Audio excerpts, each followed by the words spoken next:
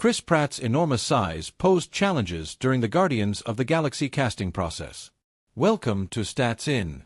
If you're just joining us, please subscribe and don't forget to turn on notifications bell for more video. In the midst of the Avengers frenzy in the MCU, James Gunn introduced a new superhero ensemble with the 2014 film Guardians of the Galaxy, starring actors like Chris Pratt, Zoe Saldana, and Dave Bautista, among others. However, bringing an ensemble cast for the movie proved to be challenging for the filmmaker, especially after Pratt became the first actor to join the movie as Star-Lord, a character he would embody for almost a decade. Chris Pratt, known for portraying Star-Lord in the MCU for the past decade, had to face tough competition from several actors for the part.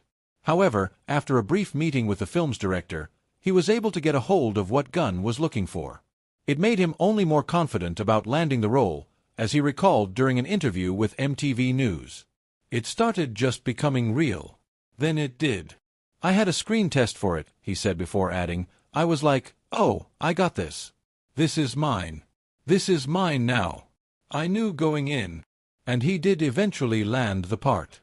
However, Pratt landing the role of Star-Lord later became an issue in casting for the rest of the ensemble.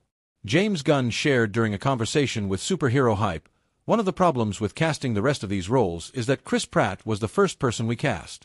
Gunn shared that Pratt's physical stature of 6'2" imposed challenges to balance the physical dimensions of the cast. He noted that he wanted to cast actors who could make him appear somewhat smaller in comparison.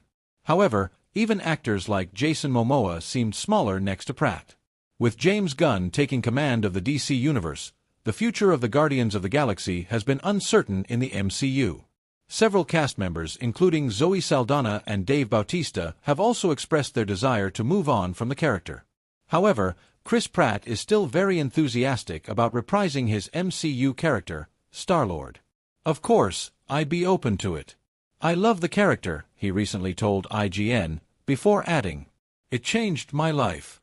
If it came along and it made sense and I felt like it was a story worth telling, then I'd certainly be open to it. I love playing Star-Lord." However, Pratt also shared that it is hard to determine the circumstances for his return, while acknowledging that it would be hard to continue the journey without Gunn. "It's hard to imagine what that would look like," he said before adding, "but it'd be tough to do without James." Guardians of the Galaxy Volume 3 saw Peter Quill returning to Earth, leaving Rocket in charge of the Guardians. However, the studio has yet to share any definitive updates about his next appearance in the MCU. Guardians of the Galaxy film series is available to stream on Disney. Lakshmi Rajput is a writer at FandomWire. She finished her post-graduation in broadcast journalism and worked as a business news writer for a year. But her interest in entertainment and pop culture fans compelled her to find a way to bring back entertainment's iconic look from the comics. She has worked across various fields and has 2 years of experience. If you're just joining us, please subscribe and don't forget to turn on notifications bell for more video. Traveling. Batman is one of the most iconic characters of all time, with a legacy extending many decades. In the many years since its live-action debut, the character has been portrayed in different ways, with his iconic bat suit undergoing several transformations. However, one thing has always remained consistent: Batman and his dark black eyes. Throughout his live-action portrayals, this signature look of the character has remained intact. However, die-hard DC fans have been campaigning for the character to have white eyes instead of its usual black ones. And Marvel's Wolverine's white eyes might convince James Gunn to accept this request. Over the years, many actors have portrayed the iconic DC character, Batman. However, most of them have been seen wearing a black-eyed mask, including Zack Snyder's version of Batman. And so, DC fans are not too enthusiastic about the prospect of having another live-action Dark Knight with his usual black-eyed look. With James Gunn as the new helmer of the DC Universe, he is sure to bring the Dark Knight in live-action soon. Hence, fans have been campaigning hard for the former Marvel director to listen to their one long-time demand: having a bat suit with a white-eyed mask, as depicted in the DC Comics. The calls for Batman to have white eyes in his mask have further been amplified after seeing Hugh Jackman's latest look in a fan-edited video of the Deadpool and Wolverine trailer. Made by an ex-user and VFX artist at Sting VFX1, Wolverine can be spotted wearing his iconic mask from the comics with white eyes. As the look goes viral, DC fans believe that Jackman's look could be instrumental in finally convincing DC to try something new with Batman. Although James Gunn is yet to respond, It is certainly an exciting and interesting demand on the part of DC fans, which can make The Dark Knight even more formidable and more authentic to its comic book origin. Live-action Batman has always spotted black eyes behind his mask. While the look does fit his whole vibe, persona, and concept of being the Dark Knight, fans have started to find the look boring, especially since it is not how he has been portrayed in comic books. After seeing the authentic and realistic depiction of Hugh Jackman's Wolverine in the fan-made trailer, DC fans are now convinced that it is time for DC to give its Batman a makeover and accept fans' demands. Been saying it for years, the white eyes add a menace and a layer to Batman that Bruce Wayne doesn't have. Batman doesn't usually show emotion, which is what all the previous movies were trying to get out of the actors who played them with those ugly eye holes. Look at Black Panther. I have seen plenty of cosplayers have white eyes on their Batman costume, and they look so prefect. So a big Hollywood studio like WB/DC shouldn't have any problems doing eye. I want white eyes for both the Batman Part 2 and Brave and the Bold. Moon Knight, Wolverine, and Deadpool have shown us that white eyes can definitely work in live action. Yeah.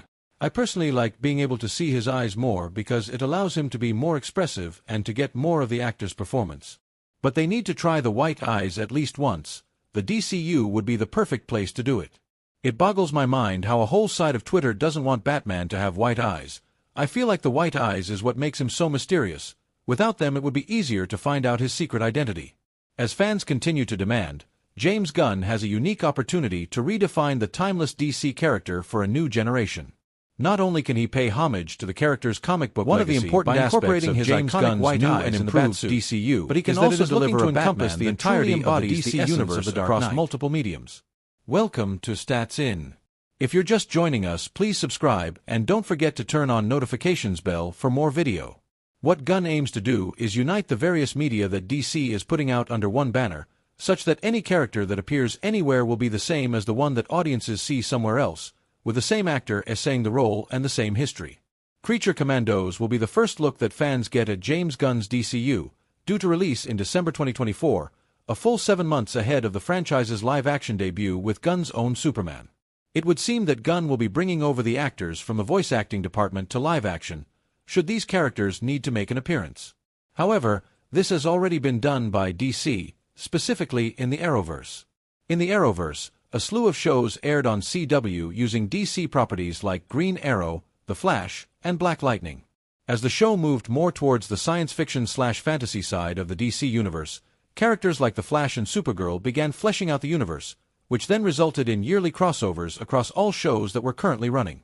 Among the slew of theories that appeared in the show was Vixen, a character that would go on receive a show of her own. However, what was unique about Vixen's spin-off was that unlike The Flash, who got a live-action series of his own, Vixen appeared in an animated series, one that connected directly